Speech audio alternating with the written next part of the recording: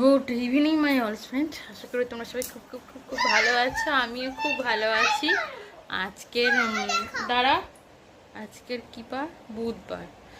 আজকে এসে গেছে আমার মানে মেকআপের সব সেট। এই যে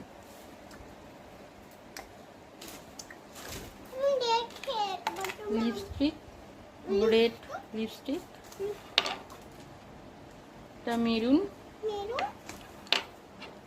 এটা কম্প্যাক্ট, এই যে এটা একটা এসছে, আর একটা এই যে ল্যাকমির,